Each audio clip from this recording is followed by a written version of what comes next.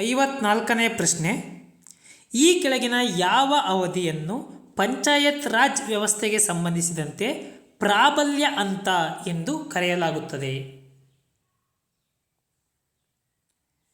ಸರಿಯಾದ ಉತ್ತರ 1959ರಿಂದ 64 ಇಲ್ಲಿಯವರೆಗೆ ನಾವು ಪಂಚಾಯತ್ ರಾಜ್ ವ್ಯವಸ್ಥೆಗೆ ಸಂಬಂಧಿಸಿದಂತೆ ಪ್ರಾಬಲ್ಯ ಹಂತ ಎಂದು ಕರಿತೀವಿ. 1959ರಿಂದ 64. 55ನೇ ಪ್ರಶ್ನೆ, ಈ ಕೆಳಗಿನ ಯಾವ ಅವಧಿಯನ್ನು ಭಾರತದ ಪಂಚಾಯತ್ ರಾಜ್ ವ್ಯವಸ್ಥೆಯ ಸ್ಥಗಿತತೆ ಅವಧಿ ಎನ್ನುವರು? ಸರಿಯಾದ ಉತ್ತರ 1965ರಿಂದ 69. ಈ ಅವಧಿಯನ್ನು ಭಾರತದ ಪಂಚಾಯತ್ ರಾಜ್ ವ್ಯವಸ್ಥೆಯ ಸ್ಥಗಿತತೆ ಅವಧಿ ಎನ್ನುವರು. 56ನೇ ಪ್ರಶ್ನೆ, ಕೆಳಗಿನ ಯಾವ ಅವಧಿಯನ್ನು ಭಾರತದ ಪಂಚಾಯತ್ ರಾಜ್ ವ್ಯವಸ್ಥೆಯ ಇಳಿತದ ಅವಧಿ ಎನ್ನುವರು? ಸರಿಯಾದ ಉತ್ತರ 1969ರಿಂದ 1977 ವರೆಗಿನ ಅವಧಿಯನ್ನು ಪಂಚಾಯತ್ ರಾಜ್ ವ್ಯವಸ್ಥೆಯ ಇಳಿತದ ಅವಧಿ ಎಂದು ಕರೆಯುತ್ತಾರೆ. 57ನೇ ಪ್ರಶ್ನೆ, ಪಂಚಾಯತ್ ರಾಜ್ ವ್ಯವಸ್ಥೆಯಲ್ಲಿ ಅಧಿಕಾರಶಾಹಿಗಳ ಪಾಲ್ಗೊಳ್ಳುವಿಕೆಯನ್ನು ಕಡಿಮೆಗೊಳಿಸಬೇಕೆಂದು ಶಿಫಾರಸು ಮಾಡಿದ ಸಮಿತಿ ಯಾವುದು?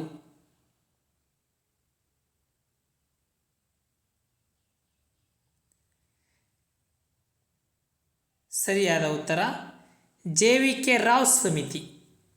ಪಂಚಾಯತ್ ರಾಜ್ ವ್ಯವಸ್ಥೆಯಲ್ಲಿ ಅಧಿಕಾರಶಾಹಿಗಳ ಪಾಲ್ಗೊಳ್ಳುವಿಕೆಯನ್ನು ಕಡಿಮೆಗೊಳಿಸಬೇಕೆಂದು ಶಿಫಾರಸು ಮಾಡಿದ ಸಮಿತಿ ಜಿ.ವಿ.ಕೆ. ರಾವ್ ಸಮಿತಿ. 58ನೇ ಪ್ರಶ್ನೆ, ಪಂಚಾಯತ್ ರಾಜ್ ವ್ಯವಸ್ಥೆ ದುರ್ಬಲಗೊಂಡಿರುವುದನ್ನು ಗ್ರಾಸ್ ವಿತೌಟ್ ರೂಟ್ ಎಂದು ಪ್ರಸ್ತಾಪಿಸಿದ ಸಮಿತಿ ಯಾವುದು? ಸರಿಯಾದ ಉತ್ತರ ಜಿ.ವಿ.ಕೆ. ರಾವ್ ಸಮಿತಿ. ಗ್ರಾಸ್ ವಿತೌಟ್ ರೂಟ್ ಎಂದು ಪ್ರಸ್ತಾಪಿಸಿದ ಸಮಿತಿ ಜಿ.ವಿ.ಕೆ. ರಾವ್ ಸಮಿತಿ.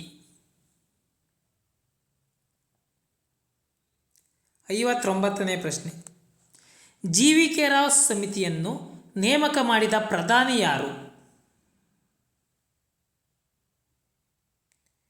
ಸರಿಯಾದ ಉತ್ತರ ರಾಜೀವ್ ಗಾಂಧಿ. 60ನೇ ಪ್ರಶ್ನೆ, ಜಿ.ವಿ.ಕೆ. ರಾವ್ ಸಮಿತಿ ನೇಮಕವಾದ ವರ್ಷ ಯಾವುದು?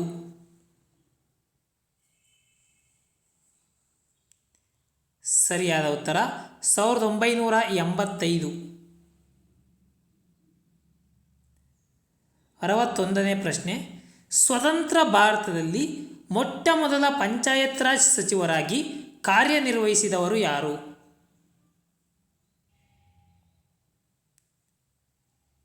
ಸರಿಯಾದ ಉತ್ತರ ಎಸ್.ಕೆ. ಡೇ. 62ನೇ ಪ್ರಶ್ನೆ, ಎಸ್.ಕೆ. ಡೇ ರವರು ಈ ಕೆಳಗಿನ ಯಾವ ಮಂತ್ರಿಮಂಡಲದಲ್ಲಿ ಪಂಚಾಯತ್ ರಾಜ್ ಸಚಿವರಾಗಿದ್ದರು?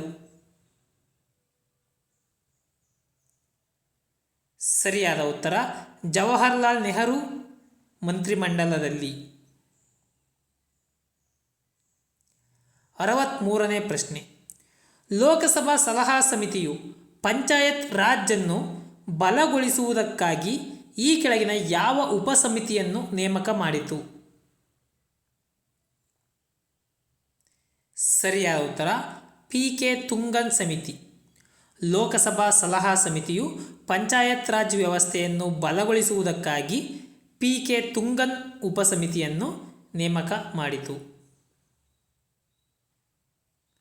64ನೇ ಪ್ರಶ್ನೆ, ತುಂಗನ್ ಸಮಿತಿಯನ್ನು ನೇಮಕ ಮಾಡಿದ ವರ್ಷ ಯಾವುದು?